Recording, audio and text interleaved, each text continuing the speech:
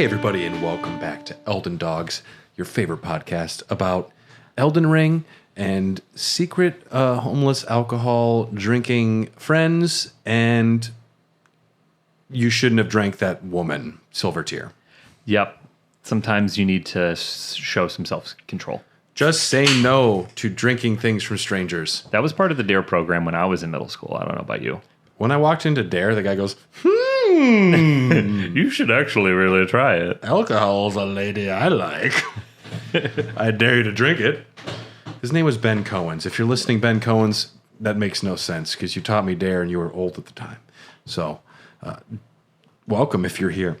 My name is Sir Gideon Ofnir, the all-drinking, the all-fun-loving, I'm tired of caring too much. I'm going to be a fun-loving guy these days. And I'm Alexander Iron Fist. Say what? And you know what? Kind of looking forward to being shattered all the way. Yeah. I've been reanimated for a few episodes. You get shattered a lot these days. I'm leaking something awful. I had too much to fight last night. Does anyone have any tape? So, we're back to discuss more content that is fascinating and interesting, but for one reason or another was removed from the game. I never get tired of reading this. At the top of the episode, I want to give a big special thanks to the content creators who did the hard work of not only finding it, but making YouTube videos for me to watch and understand. Content creators such as Sekiro Dubi, Lance McDonald, Garden of Ice, Stratek, VaatiVidya, and Bonfireside Chat. I don't need to thank them. I just love those guys. They're great. Not all heroes wear capes. They're not the cut content people, but they've mentioned it before, so you're in. You guys are in. If you're listening, I love you. Congratulations. So, yes, cut content. There is still more to discuss. One of my favorite little fellows we're going to start with, down in the Lake of Rot. Now, you remember that one little ancestral follower just kind of walking around real lost in the lake? Yeah. He fell off the boat and his friends just left him down there. Yep. So originally, the ancestral followers would be all outside of the cloister, that little temple, instead of the pests, the scarlet rot pests, the little bug boys. It would have been a bunch of dancing ancestral followers, variation, which were like the scarlet rot versions, where they were just gaping wounds and kind of think, from the movie It, the boy who's afraid of wounds. And that I just watched It again. Yeah? Like 3 days ago. Never have I seen a movie with a more botched sequel than It. It 1, perfect. It 2, the most overblown sense of grandiosity it didn't need. Yeah, it's also a movie that is like designed. It's a story that's designed for 2 parts, but I feel like the back half of it always sucks. The book wasn't. It could have been done well. Yeah, well, it's got Bill Hader who shines. He shines. He's one of the only shining parts of that. Yeah, Bill Hader's great. The part where he gets lost in the lights and he just like... To have James McAvoy and Jessica Chastain seem not utilized is sad. Yeah, but that's true. We had ourselves a little Scarlet Rot ancestral follower down there. We are going to talk a little bit about version 1.0 differences. Day 1. So there's a lot more of this later, but day 1, a big patch comes in and changes a whole bunch of stuff. So even after things were printed on the disc, they said, oh, no. We got to change some things. So Lane Dell version 1.0 was actually quite different. The forces of the Erd Tree haven't gained control of the capital, so there's a little bit of fighting between factions inside of Lane Dell. Banished Knights are roaming the streets. There are 2 tree avatars patrolling the main road instead of 1, so... That's a W for us. No, it's a bad thing. I don't want to fight 2 of them. Well, there's 2 of them in original, and then it just went down to 1. Yeah, I'm okay with 1. Oh, okay, so it's a win. Yeah. I see what you're saying. Yeah, it's a win for us. I see what you're saying. There's no Oracle Envoys, which Oracle Envoys are there to herald the age of a new god, so I guess they just didn't get the memo yet. They were sleeping in. And Fia's bed was not there next to Lionel's set. Need that. We'll talk a little bit about Fia later. Gold Mask speaks in the original Don't need that. Cut dialogue. It's cut dialogue. It's not like 1.0, but yeah, it's a lot.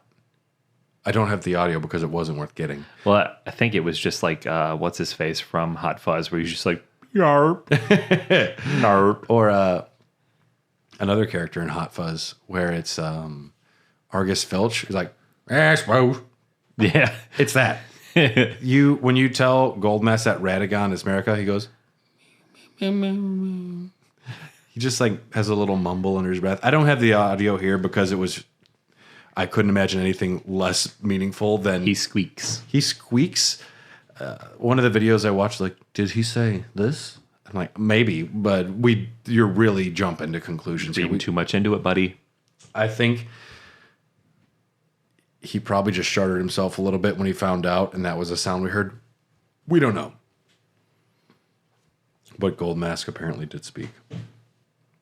This one's fun. So, Shanehaight. You know our friend Kenneth Haight? Yeah. There was another one. Oh, dear God. Oh, dear God. Now, sadly, the audio doesn't exist for Shanehaight. But we have the written word, and it's pretty fun. Shanehaight was a noble from Lanedell who presents himself as Viscount of House Shanehaight. Shanehaight is the full name. It's not like Shanehaight, so it's weird, but looks like an older Kenneth Haight. They seem to be an omen killer, and they ask you to kill omens in the Lanedell Undercity. So here's some of the dialogue. They say, "Welcome, dear guest. After being out there, it must be quite surprising to see our capital cradled by the Erd Tree, showered by an eternal wellspring of grace. Oh, I didn't notice you were tarnished. Get the fuck out of here." I'm paraphrasing. "You must leave the capital at once. It is for your own good, I assure you. All things have their proper place. We, having been chosen by grace, were given this golden capital. You, on the other hand, have your own home, which is a far cry from here." He basically just tells you to get to the back of the bus. He's like, yeah. He doesn't like us. Yeah. He doesn't want us there. And it's just for rich people. We are the 1%. Oh, you smell bad. I heard you shorted GameStop, and that's just you trying to be us. Oh, you must leave now. We control the housing market. We will be rich forever. These bastards. I don't know if any of that's true. That's my knowledge of stocks. I think so, but it's also my knowledge of stocks. So he says this to us, but he also says, "The shattering caused a great many fools to overstep their bounds. The impudence led to insurgency against Morgott, Lord of Grace." He's super hot for Morgott. "They raised an army and sought to lay siege to this sacred ground. Their attempt to defile the capital failed, and while we reveled in eternal grace, the traitors were eyed by the grotesque fell omen, and their corpses piled high outside the wall. You don't belong here." I like that he's saying, dude, Morgott's so hot right now, and he's definitely not an omen. Yeah. And if you don't leave, he's going to kill you. He's so like, omens suck. I would never like an omen, but Morgott's like, he doesn't know Morgott's an omen. So, egg on his face. You're about to feel really dumb there, Shane. Yeah. For some reason, you need a gold pickled fowl foot, which for some reason is hard to fucking say. Gold pickled fowl foot? Gold pickled fowl foot.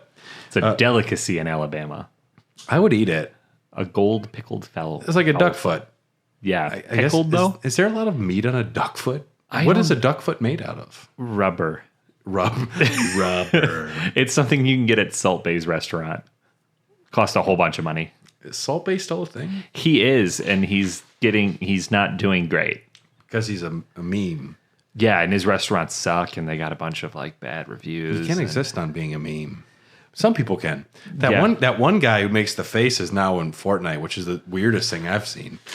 You know what though? Good for him. Yeah, you got a talent. You ride it, dude. You had one face and you made millions of dollars on it. My face has made $0 for me. Yeah, maybe got a couple tips. We don't know. But you need a gold pickled fowl foot to start this quest. And he goes, "Well, what do we have here?" Wow. That's exactly how he would have sounded. He says, "You hunt omen, do you? Well, then, perhaps we can talk." "Very well. I permit you to stay in the capital for the time being." He's like, "Bitch, I was here." But okay, thank you. You gonna remove me? You in what army? Oh, nice little robe you have there. Have you seen my fucking omen armor I'm wearing? Or whatever I got on.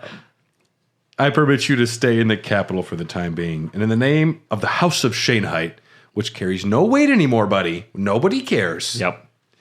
I beseech you to hunt down the foul omen. The under capital is a repository of waste. For ages it's teemed with repulsive omen, fiendlings even, who've never lost a horn. They've taken to bellowing in a most blood-curdling manner. You can hear it all the way up here. Really doesn't like omen. He says, go to the sewers, kill some omen. Are we drinking another delicious beer from Oak Brewing? We are drinking another delicious beer from Oak Brewing. What do we got here? This is Oak Brewing Company out of West Dallas, Wisconsin. Or as they say here, Stalis. Stalis. Dirty Stalis. Dirty. It says Stalis on the can. Yeah, it's because Oak knows who they are. Yeah.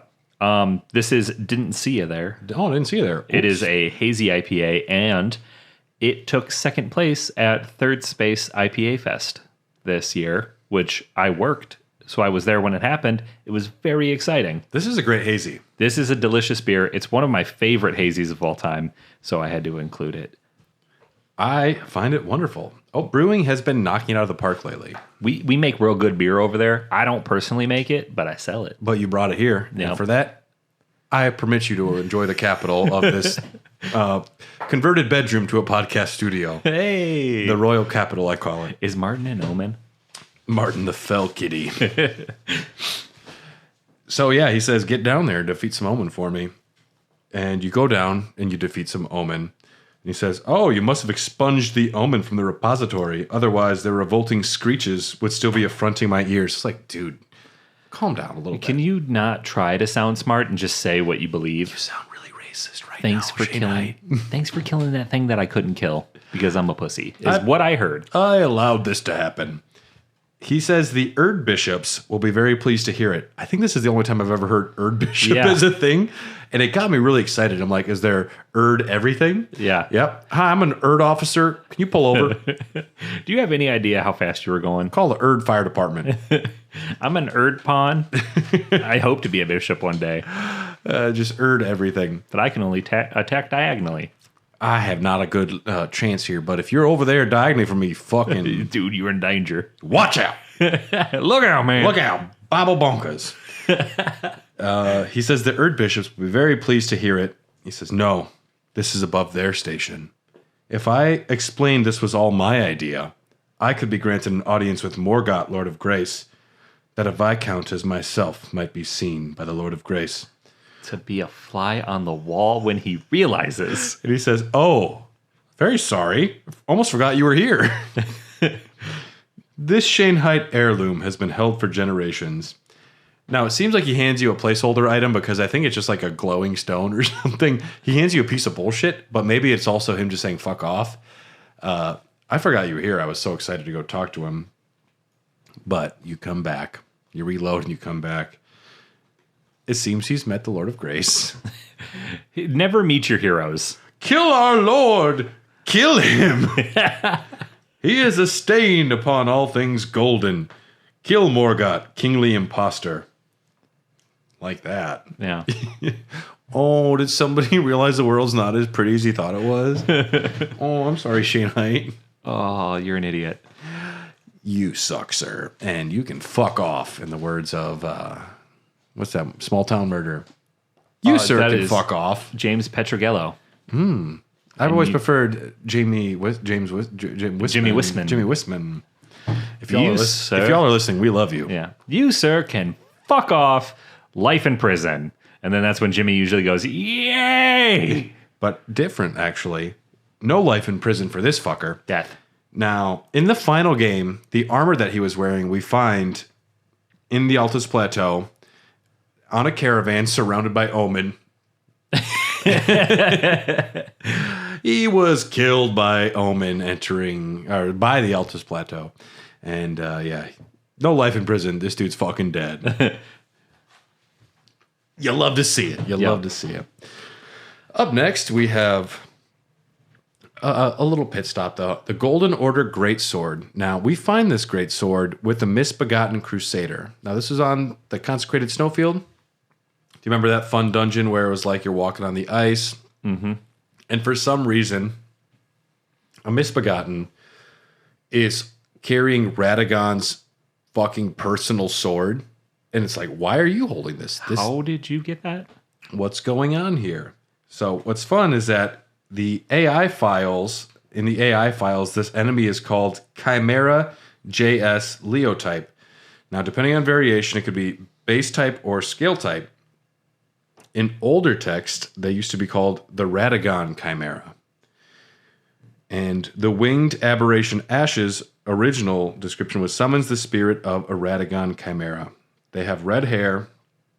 There's a leonine misbegotten arena, which is referred to as Radagon's lion summoning arena.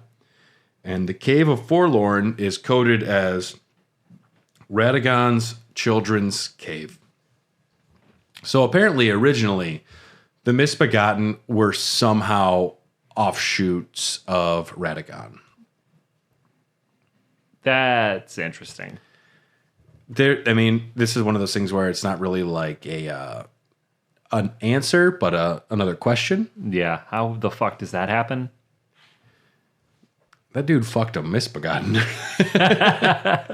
You fuck one misbegotten. Everybody calls you goat fucker. Yes. It seemed like they would have been an offshoot of his godliness somehow at some point, or we don't know, but that would possibly explain a little bit to why a misbegotten is carrying the sword, since it might have been Radagon's kid or related. It's one of those things. Yeah. Oh, Elden Ring. Elden Ring. You went and did it again. You made some weird shit that no one knows about. Oh, the secrets you keep. Oh, Elden Ring. So up next, we have some cut information about Melania. Okay. Now, Melania is, of course, everyone's favorite boss. They love fighting her. She's totally not hard. Not hard at all. I wish we had this audio, but we don't. Melania was to have said, "Sweet tarnished, dearest companion, do you not heed my warning? Your greed knows no end. You would steal the last drop of warmth from his empty frame. After all you've taken, you still want more." You realize he's gone, right? You realize that I killed the dude who was holding him in an egg. But he is no longer here. He was Michael Jacksoning sleeping next to him. We don't know what that entails. You can infer what you believe. Now, but I do believe the evidence is there. But Moog made Thriller. So we're going to give him a pass here. You can separate the artist from the art. Thriller. It's a motion picture. It's interesting that Melania was talking with us at some point. It seemed like she was a little bit more composed or able to understand what was going on. Or maybe she thinks we're Moog. Maybe that's what's going on. She says you took his last drop of warmth. Maybe that's all it was. It's just interesting. Cut dialogue from Melania. That's not just horror film. Yeah, but I'm okay with just the horror film. It's perfect. Yeah. Now, also, there was a version where Melania would have been Millicent undercover the whole time. Or Millicent would have been Melania undercover, I should clarify. Millicent would have been Melania undercover. That gets confusing to a game that has already hurt my brain. It's already hurting our brains. By this point in the playthrough. But allegedly, Millicent would have whole time been Melania kind of following us. And there's some other like 1.0 differences that we'll get to a little bit later. But yeah, she would have been Millicent undercover, which would maybe put a neater bow on Millicent's quest line of Gowry saying we need her to get there. Maybe Melania hadn't been carried by the Clean Rot Knight Finley all the way there. And instead, we helped her get back to the Halig Tree. And maybe that's when she discovered Miquella was gone. That would have been a nice little twist, actually, now that I think about it. It would have been a neater story around Melania. And honestly, the thought of one Clean Rot Knight carrying Melania the whole way back, that sounds tough too. Yeah. Sounds like a tough one. But it's interesting that there was some more around Melania originally. So Moog had an unused quest file. There's no audio or anything for this, but at one point there was an option to join Moog's Covenant. He made Thriller. I mean, yeah. Yep. I'm in the Jackson fan club. I'll fuck with that. I'm going to hear him out. Doesn't matter if you're blood or white. That's perfect. That was bad. That was good. Just drink it. That was my silver tier. That wasn't me. Okay. Yeah, he would say, "Will you become my subordinate? Will you make an oath? Are you really gonna fucking join my squad?" And you do. When you're like, yeah, he's like, well really, that worked? Well, for real? Hold on, that's never worked on anybody. Do you know who I am? Can we take a picture? Are you sure? Okay. Honestly, I can't tell if you're nodding because I have a horn in my eye. It's like in Turtles, the new Turtles movie, which you probably haven't seen. I have not. Superfly's like, I thought you were cool. I thought we were going to be friends. And it's Ice Cube talking to the kids. It's pretty funny. It's an okay movie. I give Turtles, the new kids one, whatever it's called, a solid 6 out of 10. That's a good, for a kid's movie, that's solid. If you're a kid, 8 out of 10. At one point, Lanciax was going to appear in Far Missoula in front of Malekith instead of the tree guardian warrior knight, whatever he was, the mounted one. Yep, that tracks. It was going to be a dragon Lanciax. I'm glad she wasn't there. That would have been I would have cried. A tight arena. Godfrey originally had an extended speech before his battle. We're going to hear that now. Ooh, fun. More Godfrey is a good thing. Yes. Brave Tarnished, thy campaign hath been well fought. Dearest Marika is precisely what I must take back. Do not fear, dear Erdtree. Thy rescue is near. Do not fear, dear Marika. I am returned. And upon my name as Godfrey, as the first Elden Lord, O Marika, I will take thee in mine arms once more. I like that. More Godfrey's always good. It's interesting hearing him talking about Marika in an affectionate sense.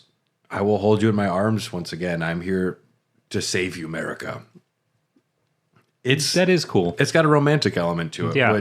and a game that is lacking any sort of romantic element almost overall. Man, we hug Fia a lot. We have a doll we talk to. That's true. He did their sex puppets. Selin has sex puppets. Or Celibus has sex puppets. Yeah, that's true. I'm overlooking a lot. For Selin, I would be a sex puppet. Yeah. And Ronnie's got 4 arms. This is kind of a horny game. This is a very horny game, yeah. But as far as true romance, to hear him just say, like, Marika, I will hold you again. There's also a magnitude to that sentence, too, because of the way that these characters have been built up throughout the game. To actually hear one of them talking to the other one would have been a really powerful moment. Yeah, I mean, if I could ask Radagon 3 questions, can I just ask you 3 questions before we get started? I've had, like, did you fuck a misbegotten? Yeah, first I gotta ask, man. Sorry. Number 2. Moving on. Moving forward. Yeah, I would like to know more about Godfrey. He's someone I would want to grab a beer with. Anything that gives me more insight to characters' motivations in a game that's so shielded or veiled in shadow.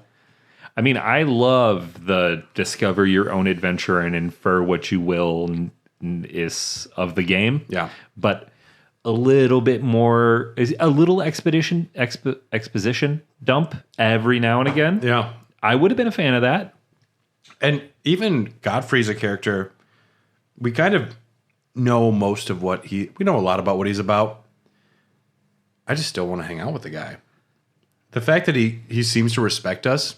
He loves his Omen children. He's a secret professional wrestler. He's Nacho Libre is who he is. the cloak is the lion. He takes it off. Yeah. Yeah. And then it's like putting the mask on for Nacho. Godfrey, voiced by Jack Black, would have been equally as epic. Man. I mean, I would sign that up. And if you're listening to this, Phil, super pumped that your kid met Jack Black on the streets. That's amazing. Yeah, that's wild. Yeah. The kid is already cooler than me. And of course, Jack Black would meet a baby and sing Peaches to him. Because we don't deserve Jack Black. We don't deserve him. We never did. We never will. There are some unused weapons in the game. 2 of them that we know about. The Abundance and Decay Twin Blade. So, a twin blade symbolizing twins Mikola and Melania. Mikola and his sister were born from an inseparable fate. These blades contain the runes of both Abundance and Decay. Twin blade, you think one is like Mikola, one is Melania, one's rotten, one's more childlike. Launches summon death monarchs and enemies, siphoning HP from those hit and returning it to the caster. The other one is the Abundance Twin Blade, the other item. And this is a holy power within the blade that can call upon part of Mikola's own strength. You can use Mikola's Hidden Blade, which is a unique skill. Conjures a blade blessed with Mikola's protection and performs an attack that is highly damaging against those who live in death. There's not a lot of twin blades in the game. I would have liked to have seen these. I do like the twin blades. There are some unused armor sets in the game. The Brave set was removed. An armor possibly linked to the Colosseum. A garb worn by warriors of the frigid uplands. The small flags, white cloths, and sheaves of wheat often found hung from these headbands are prayers of farewell from the people of their home. In bidding farewell to warriors departing on a journey from which they aren't likely to return, this small act offers only meager relief. Doesn't sound like anything too specific, but that's who they are, I guess. Yeah. Very brave. Warriors of the Frigid Uplands is all we know about them. This one's fun, though. This one got some people in some trouble. The Deathbed Smalls? Smalls?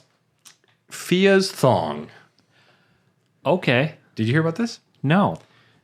Yeah. But you can go panty raiding in Elden Ring. Someone went into Fia's drawer and they stole her underwear. That's not good. Cool, man. Don't do that.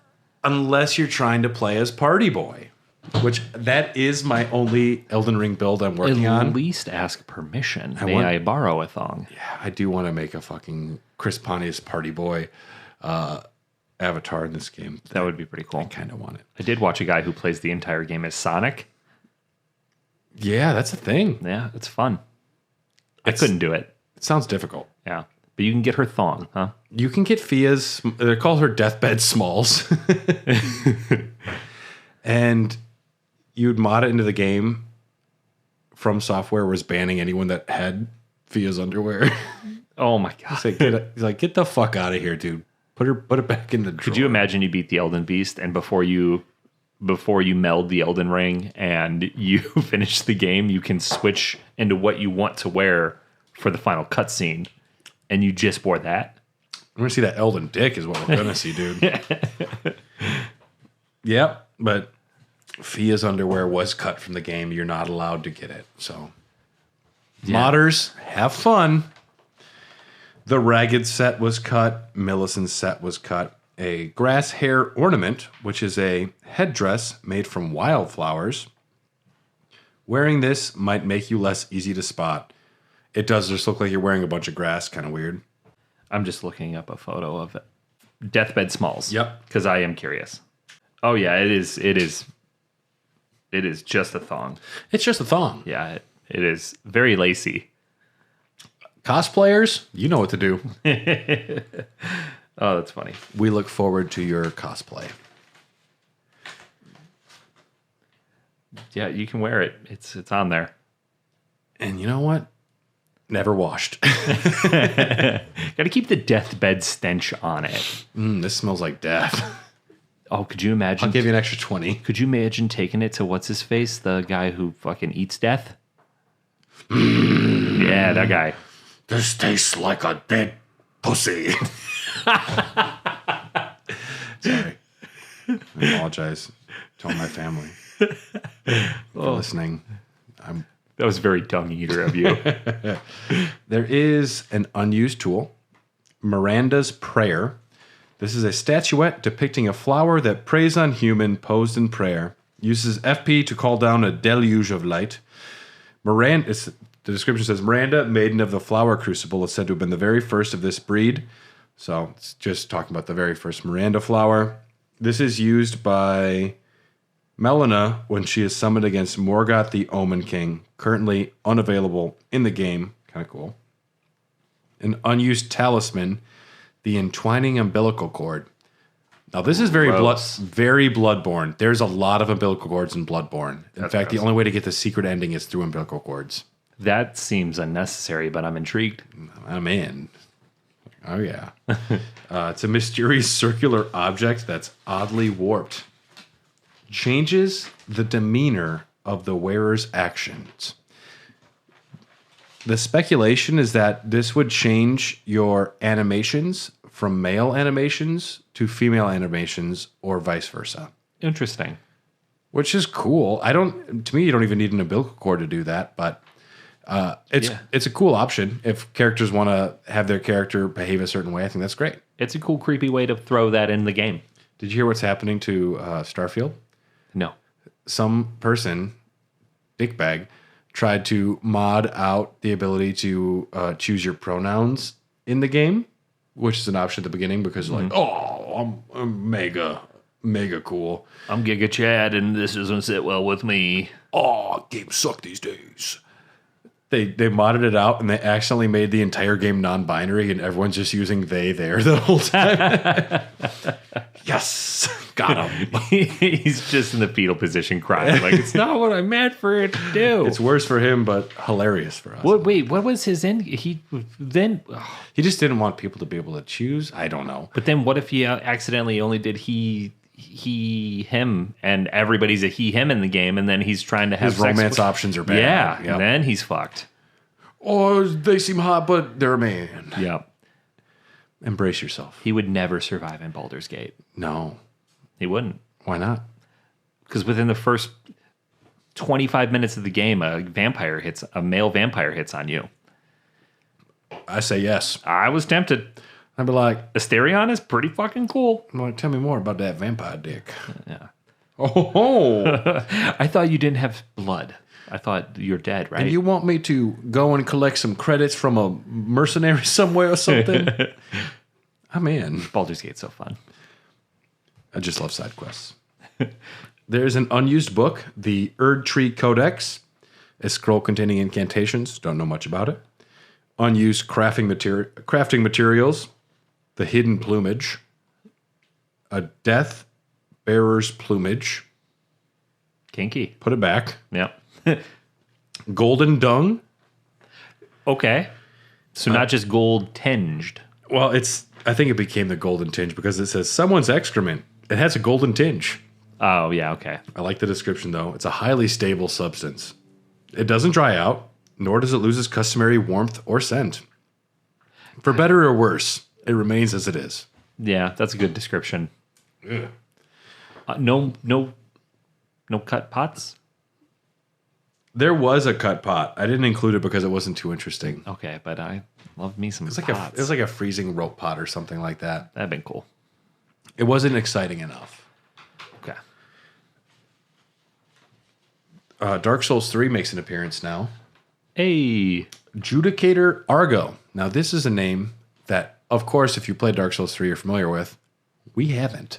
Yes. We don't know what the fuck we're talking about. The only baseline I have for Argo is Ben Affleck. Stiller. I forget. I almost said Stiller. Ben Affleck. Character from Dark Souls 3 has dialogue that survived pretty well into development, and also bonfires were used as placeholders before Grace. So you actually find some bonfires left in there if you're in the data mining business. And yeah, some have been modded back in. You can find bonfires inside. Well, I imagine they just were like, we're going to change this to whatever we want for this game, but it's the bonfire. This is the working title. Yes. It's the same thing. Yeah. I'll just call it something else. Did we talk to George? What did he have? Did he have any ideas? Okay, so it's the same thing though, right? Just make sure you can copy me, but just make sure you change it just enough so that we don't get in trouble. So we have this thing called Souls, and we already used Blood Echoes. What do we got? How about we use runes? We should just call them smalls. What's a small? Well, I'll just do it later. America's tits. That's a good idea. America's titties. Do you want more strength? It will cost you 10,000 titties. Can I mod the little underwears back in? Do girls like it when I wear the underwear? Do girls? Do girls? Know that I mod underwear back into the game and wear them? Do girls like it when I drink them? Do girls like that?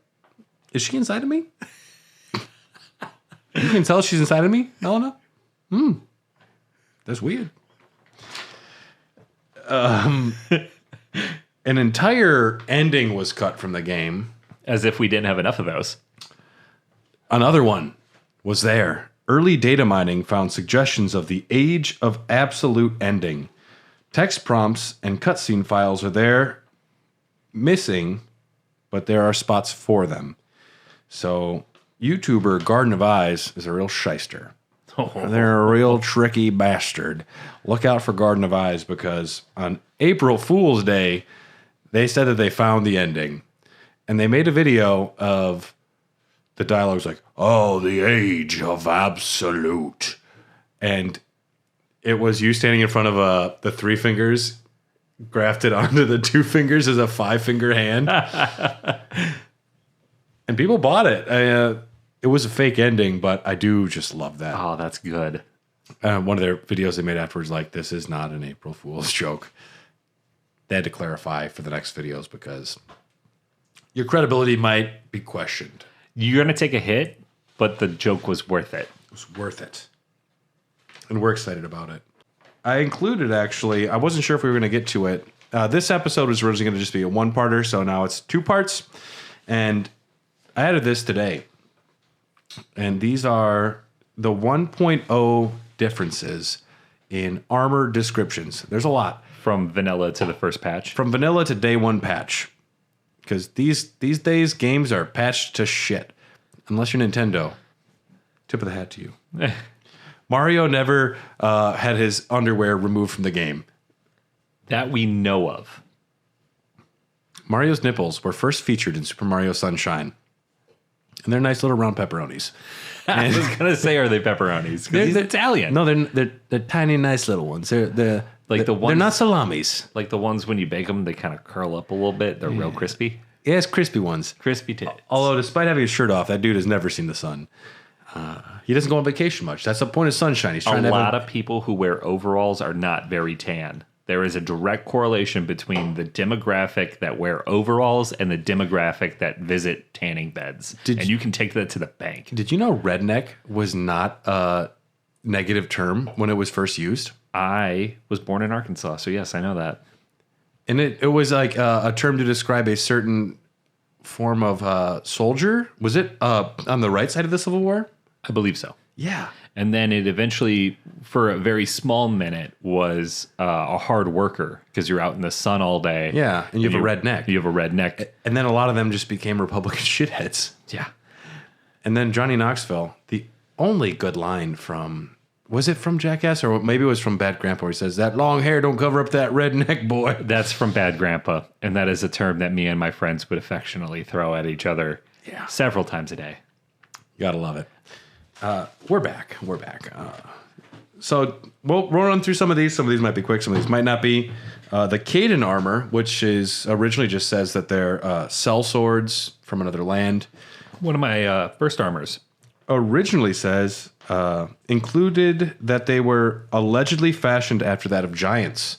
So they were originally kind of associated with giants. That might have been what giants wore back in the day, which is kind of fun to think about. The Drake Knight armor originally said it was malformed and fused with dragon flesh. Worn by Andre, the dragon tracker. Andre seeks the Storm Eyrie, a place that only dragons can reach. What the fuck is all of that? It's the heavens, dog. The Storm Eyrie, Aerie. It's an area that only dragons can get to, and now I need to know more. Yeah. Well, maybe it was maybe that's early Farmazula. Maybe this armor was found before Farmazula, and then this was the Storm Eyrie. Yeah, It's interesting to see like where this content may have had legs outside of, once it was cut, they're like, actually, that's a really good concept. Let's move forward with it and make it its own thing. Also, startlingly, the amount of armors that didn't have descriptions at all, other than armor worn by this person, armor worn by that didn't describe who they were. A lot of armor was like that In vanilla day one. in vanilla. The Drake scale armor barely said anything before. It just added descriptions of Old Knight Isfin. Other armors added lore like Rogier, the Traveler's set.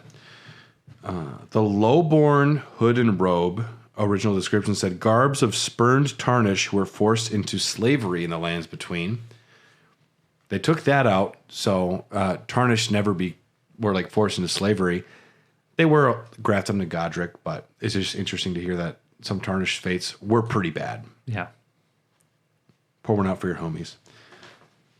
Banished knights used to explicitly say that they were from Stormvale instead of banished from anywhere elsewhere. The Briar set originally called them Condor Knights. Interesting. I like it. I like condors. Yeah, condors are cool. They're big as fuck. The only condor I know is from Final Fantasy VII. Oh, they're huge. In real life, condors are really big. What are they? They're not like vultures. They're kind of. I think they're vulture adjacent.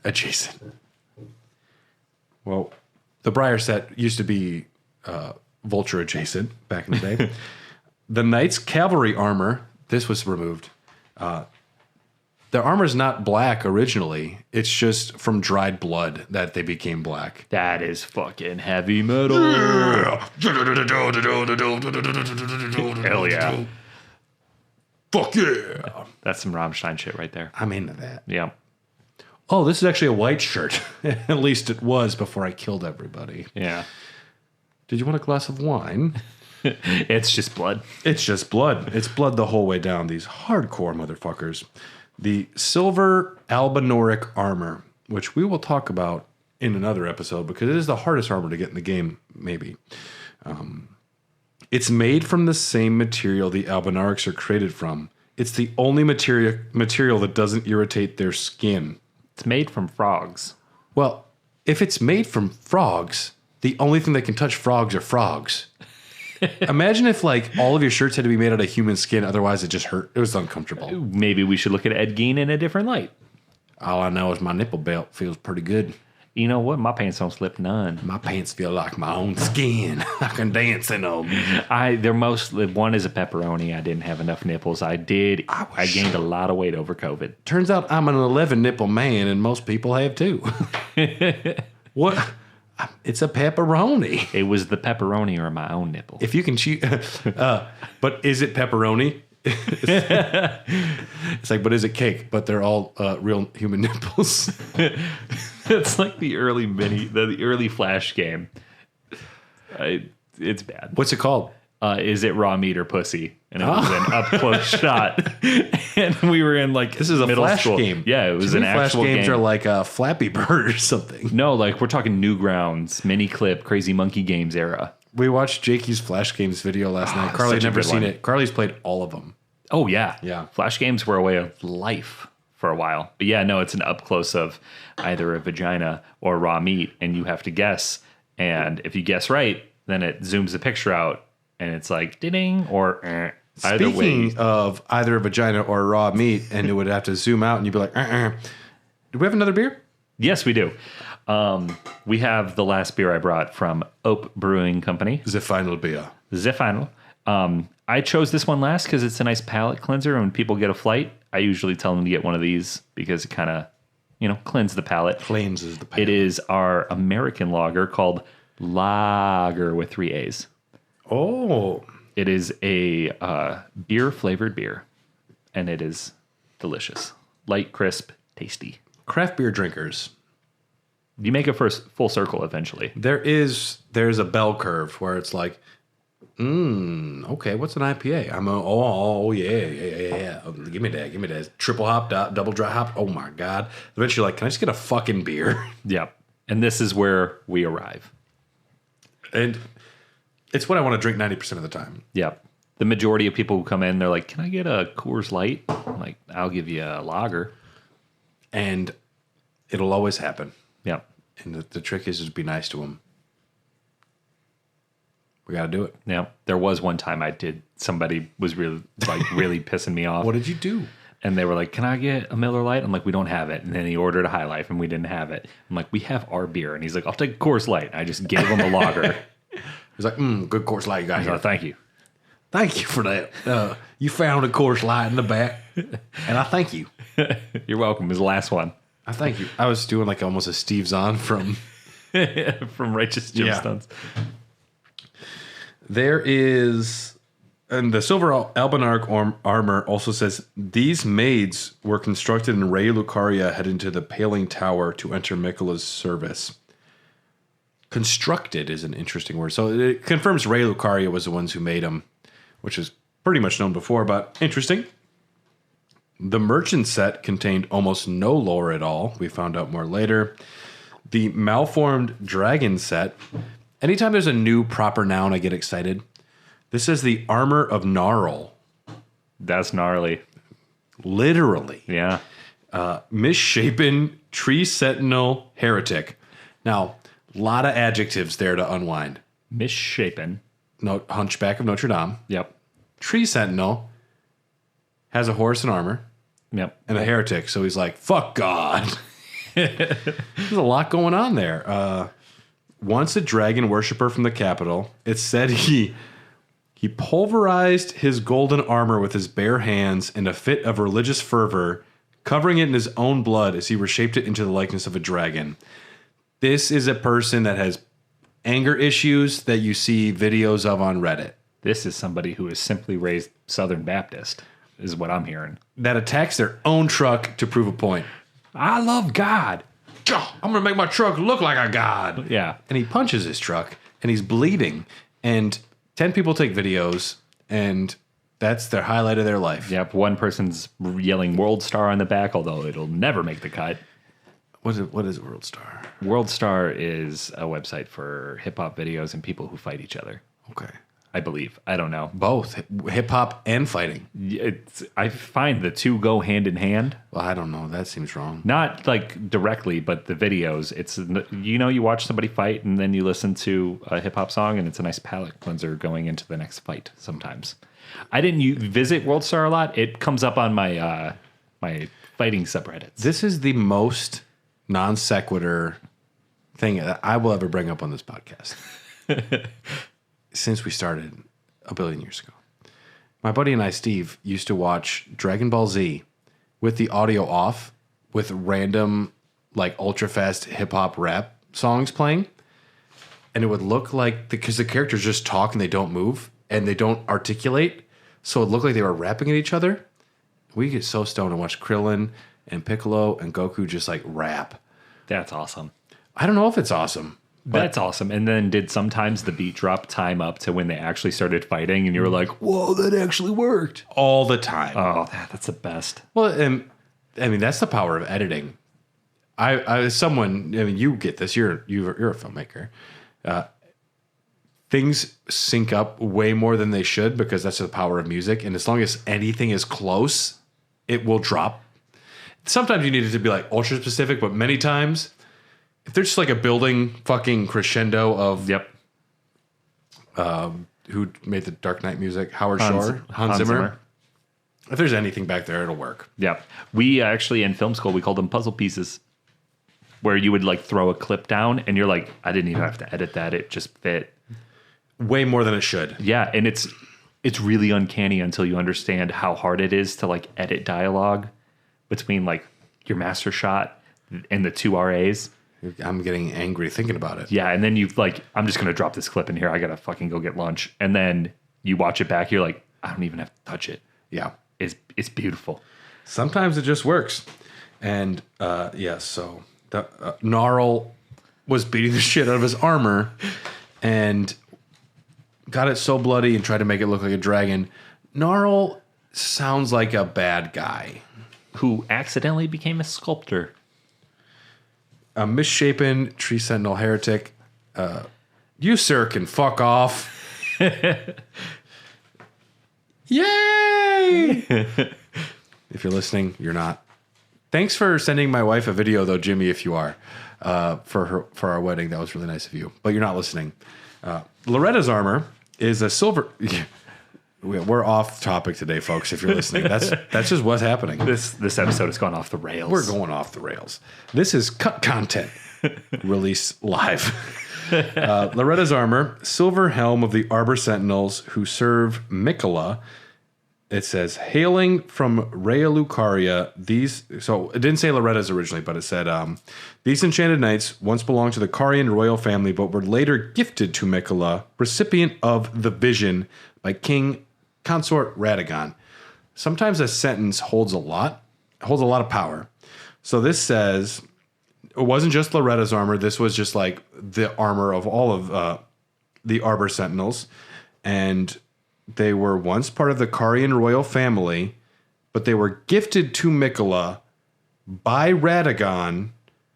So first, Radagon was still in charge, gifted a whole bunch of knights to Mikola for something, and Radagon would later merge back with America, and Melania and Mikola would have separate agendas. So this was when Radagon was an Elden Lord, apparently, and it also calls Mikola recipient of the vision, capital V. Lot to unpack there. That's a lot to unpack. That's got to be the early concept for their dream world. Yeah, I don't know what the vision is. He apparently Mikola had a vision. Maybe that was like, I have a vision. I have a dream. We will have a big tree next to the other tree. It'll be beautiful. Landscaping. Now, ever heard of it? We need to get a lot of fucking stone out over an ocean, and we're not going to talk about this because this will not make lore sense. But we have to get a lot of it out there. I'm going to plant myself in a tree. We're just going to grow. Also, I look like I'm 10, but I am 3,700. We don't know. The time's weird, too. We got to cut Mikola off. He's not good. He's not good live. Yep, we got to cut him off. Cut his mic. Yep. Yeah. Mikola had a vision, and Radagon sent a bunch of knights there. Version 1.0. Now, this could be argued as canon. It got patched out, but it's on discs for people. It's got to be DLC bound. I have a weird thing where it's like George Lucas changing that Han Solo shot first. He still shoots first in my mind, but according to the most recent versions, it's almost the same time. For a while, it was Greedo shot first. When do patches become canon versus OG release? And I guess it's just like when it becomes part of the culture, you know? It's weird. It's a weird question. Did they have any indication of sales between vanilla and day one patch? They had pre-sales, right? Well, I mean, vanilla and day one patch is the same. Everyone had it day one. It was massive. Well, I'm talking like, did they know that this game was going to be a financial success enough to justify a DLC? So maybe they were like, yeah, it'd be cool if we could like do this DLC and do this content later, but we don't know if we're going to get there. Let's add that content now. And then they get a bunch of pre-orders and it's like, oh shit, this is actually going to be a hit. Pull that out, hold it back. That'll be DLC because now we're actually going to be able to greenlight that idea. Maybe. I could see that being a thing. It's just the rabbit holes you could go down on why stuff gets cut is just too deep. The amount of stuff surrounding Mikola, though, that gets cut and venturing into dreams that gets cut, it just seems like they have to be saving something. Yeah, I mean, yeah, like you already have the foundation of the ideas there because they're included in day one. Yeah. And you've pulled them for a reason. So either you were not going to be able to tell that full story, so let's cut it, or we are going to be able to tell the full story and we will expand upon it later. If I have 5 little morsels over here that might add to a full meal over there, it seems like they moved it. Yes. I agree. We'll see. We don't know. It's exciting. That's really exciting for the DLC, though, because if it goes that direction, I'm going to be a happy, happy guy.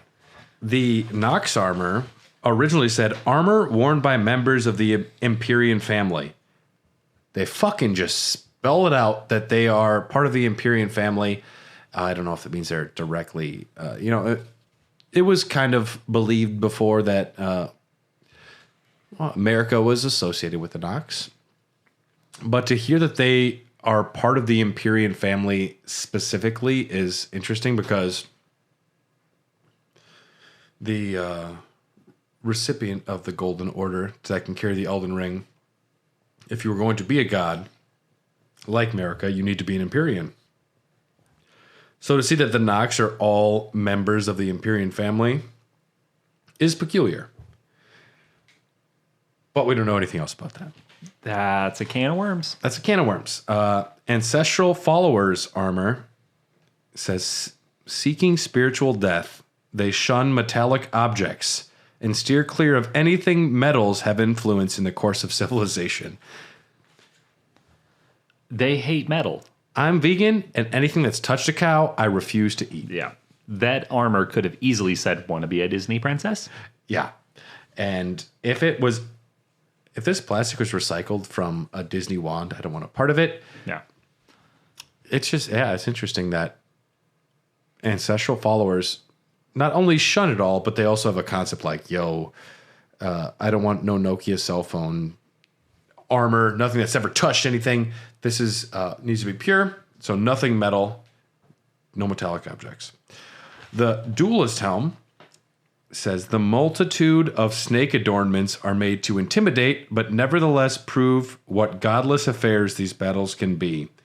The serpent is the usurper of the gods after all. The last line is what's interesting. The serpent is the usurper of the gods. Rykard, the snake, was powerful enough to usurp some gods. Apparently. And we know enough that, that was his game plan. Like, he's a god eater, or attempting to be. Eat enough gods and you become one yourself. Yeah. Eat your vegetables, eat your gods, you grow up big and strong. Yep. If you eat enough gods, you will be formidable. Yeah, you'll probably go down in folklore as some sort of monster at some point. My goal is to become folklore. If I can become folklore or some myth, Bradawulf. Oh, that'd be cool. Yep. Yeah. He got stabbed by 30 people for being a dickhead. I'd be like, still a myth. Yeah. Got him. Tyler, he made... I'm going to be in Assassin's Creed 35, and they're going to say Bradawulf was a dick, and I'd be like, still there. I can't think of a good pun off Tyler. Maybe he just made really nice tiles that only the gods could walk on. He was a tiler. Yeah, that's what the name Tyler means. That's where it comes from. Whoa. Yeah, I looked it up when I was in elementary school. My name is Brad. That just means be rad. I mean Sir Gideon Ofnir, which means Thor's dad, so deal with it. The Guardian armor, which are the minor Erdtree tree boys, armor worn by the people of Rotted Abundance, so they seemed more associated with Melania and Mikla at some point because abundance and rot. The Clean Rot armor originally said worn by Wing Knights instead of Clean Rot Knights. Wing Knights does not work as well. No, it sounds too close to Wingnut. Agreed. Yeah. Well, oh, look at these wing nuts over here. Yeah, with that fucking clean armor. Oh, you worship Melania, you wing nut. You think you're so cool. Fuck off. The Black Flame armor, attire of the Godskin monks, not the Black Flame monks, originally called the Godskin monks instead. They were associated regardless, but interesting. The Vulgar Militia armor originally were just called Wandering Soldiers. They changed it, and it just says fuck on the armor. Cunt. Just these little bastards. Keep kicking my shins and spitting on me and cussing. One spit on me, he's vulgar. It ain't too golden order, if you know what I'm talking about. The Sage armor, instead of being called heretical sages, they were called traveling musicians, which are called bums. We call them bums where I'm from. What movie is that from? I forget. Yeah, they were called traveling musicians, though, and I just like anyone who's playing music in the lands between, you get a pass. Yeah, thank you for your service. They don't have their own cheap bar to go watch, but we appreciate you. The Radon armor originally called him the God of War. That could have been a working title. Ares. Yeah, it sounds like a working title. Yeah. Yeah. Yeah. It's just when I saw it, I was like, no. No, you can't do that. We got one. Yeah. The Crucible armor originally referred to the 16 ancient knights. They had a number for the Crucible knights, which is cool. It would have been nice to know how many I got to fucking kill. They'd have a list. Yeah. Like at Billy Madison Written with in Steve blood. Buscemi, and I just cross them out with lipstick every time. Or Dovis. What's the song that plays during that? I don't know. I want to say Goodbye Horses, but I know that's Clerks. Nope, it's not Goodbye Horses. Yeah, I know that's Clerks. Okay. Write in if you know. We need to know. And we're not going to look it up. The astrologer armor said, garb of the artisans who polished prized gemstones. So instead of saying that they looked to the cosmos above, it said that they were just obsessed with rocks. And it said, having fallen in love with gemstones at some point, stone crafters are ever in search of the finest possible specimens. Pawn Stars DLC. I mean, to be like, oh, it's a good rock. Instead of, I love the stars. Yeah. Y'all got any more of those rocks? They're minerals, Marie. God damn it, Marie.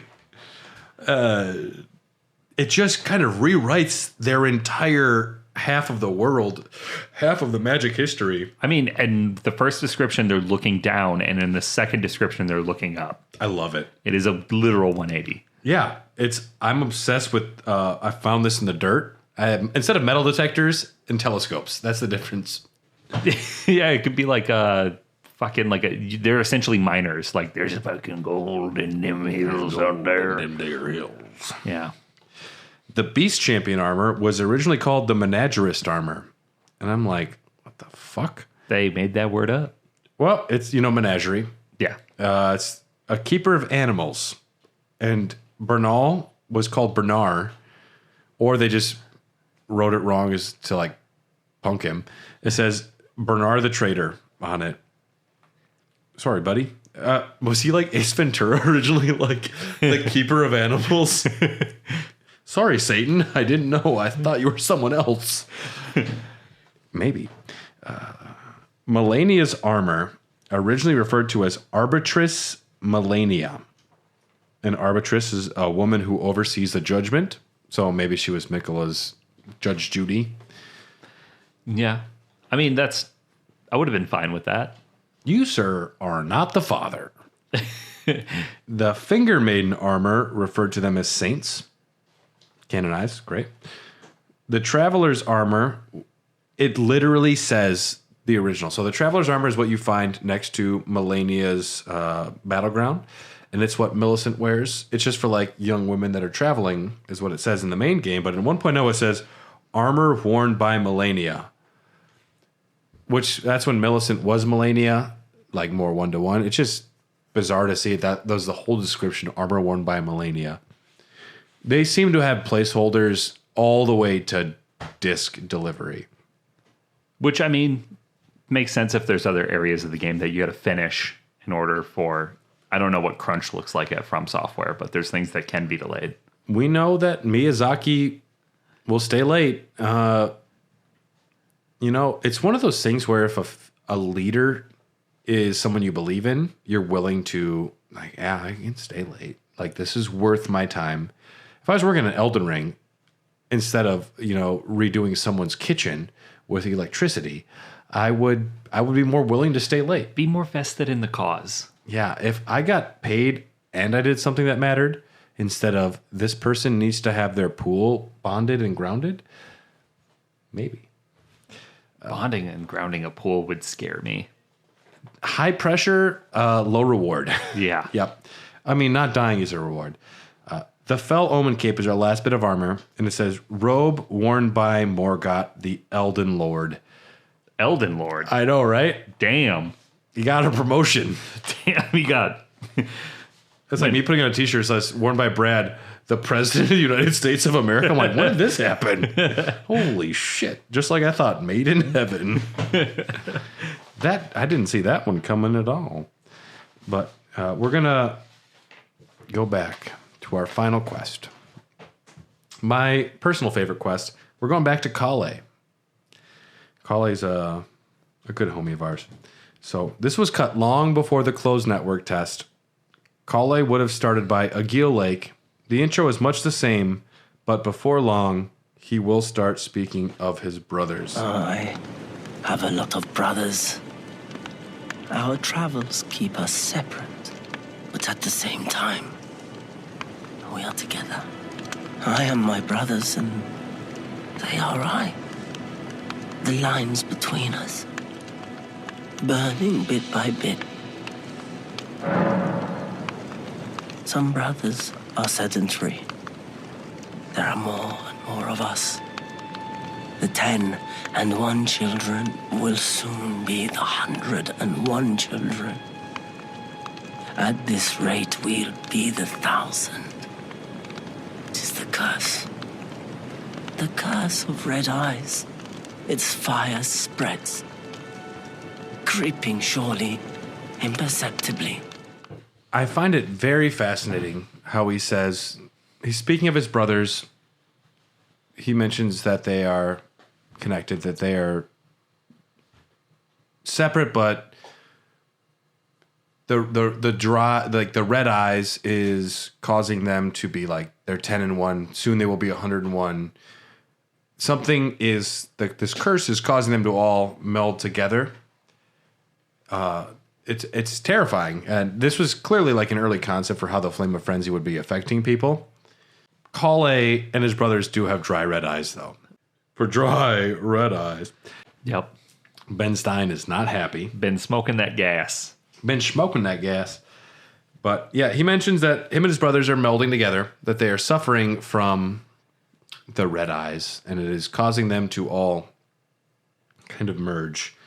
Now, Kale does have other brothers, and they would move around the map. We will refer to them through their file names, so it's 801 and 802. But the brothers wear the same garb, they have the same voice actor, and one of the brothers mentions that he escaped from Lanedell. We find number 802 in the Lake of Liurnia. Wait, weren't you? Well, you're back. Care to buy something?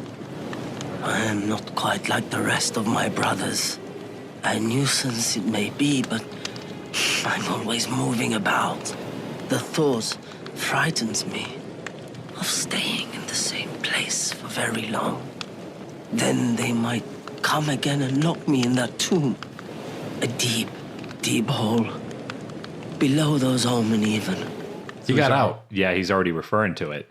He got out, and it's great to hear that it's to hear it referenced that somebody was able to get out, because I can't even get down. Could you imagine, though? Like, all right, you're in this fucking desolate tomb where your entire caravan, your entire race has been either turned to puppets, crazy, or slaughtered, right? Yeah, the worst.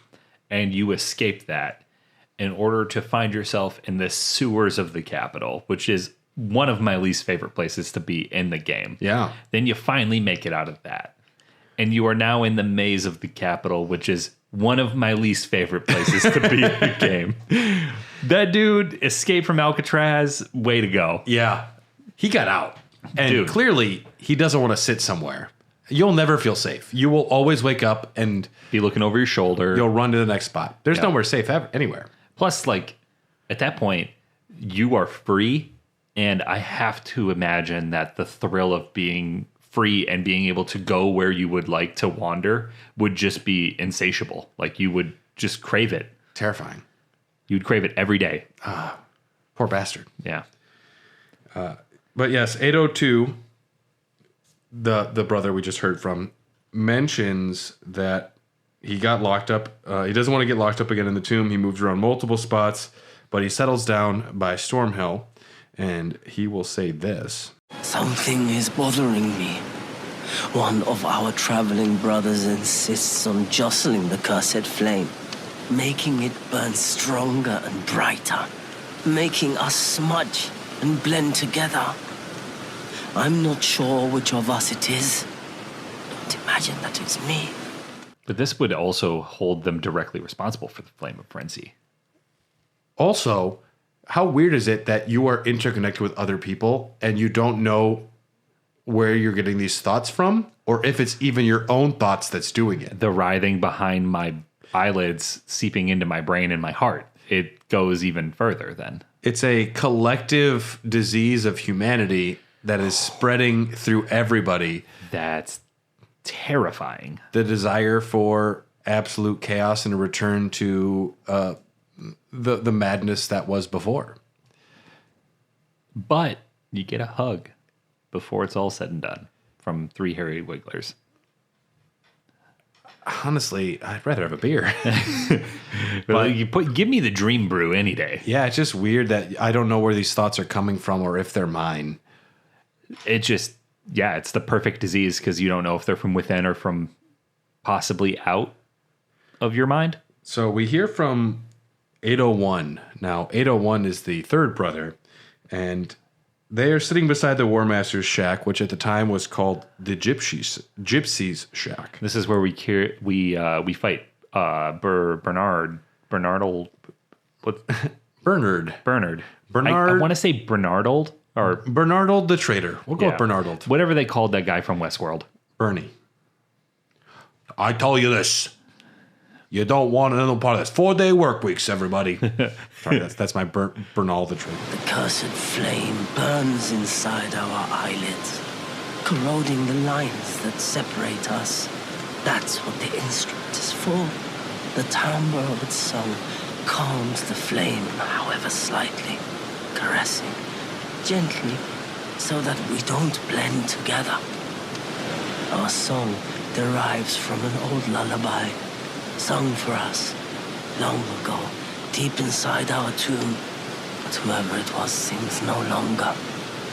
Its melody allowed us to sleep, despite the cursed flame. That is haunting because I have a very personal experience with what that might feel like. And anybody who's worn contacts can probably agree with me. Do you have dry red eyes? You can't use those with contacts. They're not made for contacts. You have to use contact drops. Give me your scary shit you were talking about. If you sleep with your contacts in too often, which I did a lot in high school and college, every now and again it's got to be an eye infection or an irritation. You don't have any pus or anything that comes out, but your eyes hurt. It hurts really bad. So you take your contacts out, you throw them bitches away because they're no good anymore. But when you close your eyes, and I shit you not, it is a sensation that you feel when you close your eyes, which you think would give you relief from your burning eyes. It's worse. It is like staring into the sun.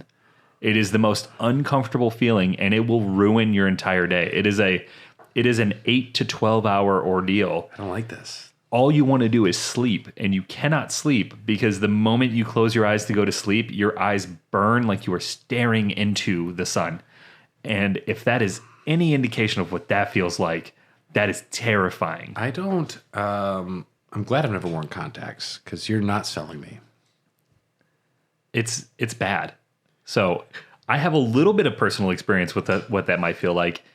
I'm not schizophrenic, however, so the voices I can't relate to. They also mentioned, though, that they were hearing a lullaby that would soothe the pain.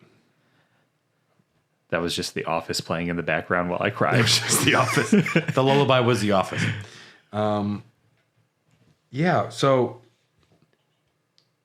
a song was played early on in their suffering that was played by somebody that would alleviate some of the suffering that they had. There are people walking around down there playing music when you enter. It was Mikola. Mikola went down there and played a song that was soothing to them, that eased their suffering. And they're not there to sing it anymore. Mikola's gone. But we learned that Mikola... hint, hint, hint, shrug, shrug, shrug, wink, wink, was down there and gave them the song that was curing their pain. So then we returned to Kale after we had spoken to his brothers, and he says, Could I ask you to do something for us? Use this crystal ball to find us dream mist. Go up to someone sleeping and use it. Any dream mist you collect is sure to fetch a fine price. From me, or one of my brothers. Not a bad arrangement, eh? That could have been a cool way to earn extra runes while doing some good in a world that just punks you over and over and over again. Help these guys out. They're all suffering. So yeah, St. Trina's crystal ball makes another appearance here. Instead of Rico, homeless man under the bridge. We have merchants suffering from a horrible disease that needs help. I know who I'd rather help. I want to get some alcohol. I'm helping the homeless guy. Sorry, guys. But yes, we learned about St. Trina, and it says in the description for the crystal ball, it says, "May the quietude of slumber come to all and sundry, even to those whose dry red eyes burn with the flame of frenzy." The flames of frenzy. This will allow them to retain individuality where the flame is causing them to blend together. Damn. So they need this. They need the dream mist. They need the song. And St. Trina is there to help. So if you sell 3 dream mist to 802, they will say this. There you are. I'm afraid I've decided to up sticks and move on. Just preparing for the journey now, in fact. Care to make any final purchases? Thank you for bringing us Dream Mist. You have our gratitude for collecting so much Dream Mist. This is a token of thanks. Please accept it. My brothers and I long await the day that the cursed flame dies out, and we can finally rest, and I can finally dream alone. Some sad shit. Yeah. If you give 3 dream mists to brother 808, he teams up with Kanye and makes 808 and Heartbreaks. Who's 808? No, that's the name of Kanye's album, 808 and Heartbreaks. Is it about Hawaii? No, that's Childish Gambino. Because Hawaii, they're the code for the phone, the area code is 808. Yeah. No shit. That's my area code since I lived there for a while. No shit. This is sad. It would have been nice to have a quest line where you actually did good. And they're trying to get away from the Flame of Frenzy, whereas the other Kale quest is, I'll give you the Flame of Frenzy, and I'm with that too. But this one, please help me and my brothers from going crazy. We're all going crazy. This is not good, and we need your help. And I like it a lot. They're grateful. 802, when they await the day they can dream alone. Yeah, I'm with you. The item that they hand you seems to be a placeholder. It's just a perfume bottle, which could have been something cool. If you attack one of them, they will share their feelings with each other. And this is what they will say. The tarnished, I'm afraid I'm not open for business. My brothers have been attacked. I must tell this thief who dares feed the cursed flame before our anger blends and we forget who we are. We collect on our debts, always. They had a whole bunch of unused animations of the merchants playing songs that were like spells and attacks against you, which would be cool. Yeah. They're unused animations. They're in the game where they're just like, and then like, just the devil went down to Georgia on your ass. Scott Pilgrim versus the World when they're just like throwing musical attacks. Or what is that? Kung Fu Hustle?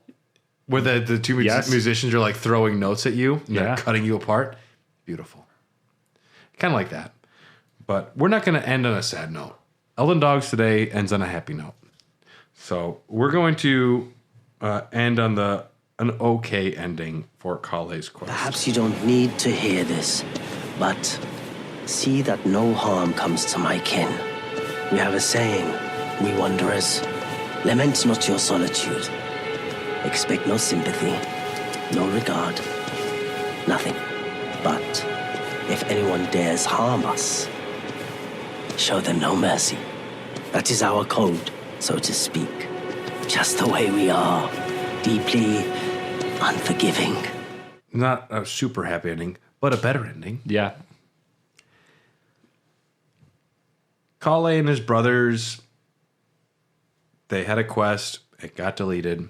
Kale became an angry an angry dude of vengeance, and that got deleted. And instead, he just became a dude who kind of knew Blythe, and that's fine. But it's just interesting that Kale, the first NPC you meet outside of like pretty much Vare, went through such a up and down roller coaster of who they were. And if you want to delve down the rabbit hole, is this something that's going to be explored in the DLC? I don't know. I don't think they would go that route with it, but it could be a portion, could be a highlight of the DLC. My predictions for the DLC is Mikola, we will enter their dream. This is fucking speculation, but I think that we will enter their dream, and I predict the DLC is going to be fucking massive. I have a feeling this will be the biggest DLC anyone's ever seen. Well, how big was the DLC for Bloodborne? 20 hours. Yeah, so it's within their frame of work to do something massive. I think this could be on the scale of almost the entire Lands Between 2,000 years before. That would be fucking epic. And everything could be re-explored. I don't know. This is just a vibe that I was getting. And different, new everything, new bosses. What was here then? We don't know. But well, I mean, even then, but like Mikola, if we go in their dream, I think that there will need to be an enemy. And it might be Mikola at the end. It could be Mikola at the end. It might be. But the Flame of Frenzy could also be like the other big bad in there, and which is why they took some of this out to keep some more question marks around the flame. that would be epic. You could also do a final boss that's like the duality between Saint Trina and Mikola. Maybe one is not who they seem, and you're experiencing the duality of a persona split between two beliefs or two beings, because it seems to be a common thread through Elden Ring. I've never been more excited for a DLC in my entire life. I think you're right on the scale. I think it's going to be huge, because with the way that it was getting announced and the lead up to it in that first image, it seemed like it was moving quick, like it was going to be something we're going to get right away. Well, they just like, all right, it's 3 a.m. American time. Just put an image out and say we're doing a DLC. That's all they've done. That's the only thing they've done is one image that we're making a DLC, Shadow of the Erd Tree. That's insane. The amount of like, it's like the other Miyazaki, like, all right, I have a feature film out now. The sequel, or not the sequel, the DLC to Elden Rings, because the Erd Tree is light. It is the centerpiece for the realm, correct? Yeah. And then to name the DLC the Shadow would be the duality of it. It'd be the opposite. Yeah. It could be the past. It could be a dream. But that, I think, merits some discovery or some investigation. Or a dream of the past, which then it's all shaded.